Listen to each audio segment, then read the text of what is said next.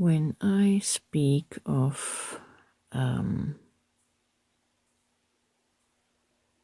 terms of I am and I am God, those are not just boastful, egoic fantasies. When I use those phrases and terms, it comes from a very clear conscious awareness. It's not a fanciful, egoic concepts that I have adopted, but it's a conscious awareness that catapulted me to wholeness in my psyche and my soul. When Jesus said in a scripture verse, call no man on earth your father, to me that speaks of he tried to call us to remembrance that our origin is God, is source. Source is our origin, and therefore it is unfitting for us to call our earthly parents father or origin. We don't have an earthly origin, just like Jesus. Our origin is the divine source, and that makes us divine. And because of that, it's not a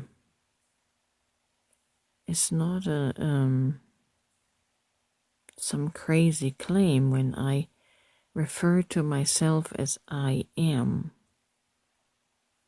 I am very much aware of my divine origin, of my divine essence, beyond the egoic form that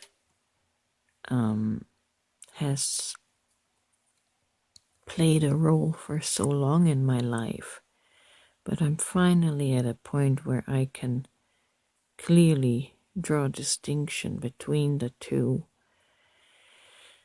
And I am living more and more from my divine essence and less from my egoic, my wounded persona.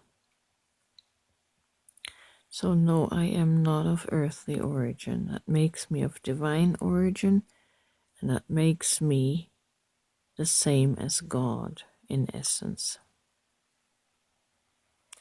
Under Christianity, we have this idea that Jesus walked in his full divinity, in his divine essence right from birth, but he did not.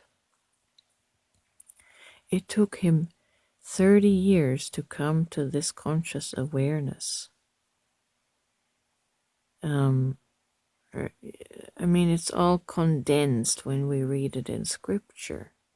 It seems like, when you read it in the same verse, it's like it happened within the next 5 minutes. For example, at the wedding of Cana, one moment we see him saying to his mother, "My time is not yet."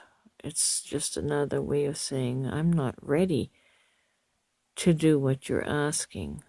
And, it took him 30 years to come into the Christ awareness. He had to grow into it. And so do we. I think in 30 years I'll be a much different person than what I am today. And maybe I can perform some of those miracles then too. But first of all, we have to lose our earthly origin identity. That's what we're so prone to say, I'm only human, right? It's if we're only human, we're very weak in our identity. but establish your divine identity, and you will be made whole because you realize your richness, your wholeness, your completeness, nothing lacking. And even if you are in a physically crippled body, your essence is still divine.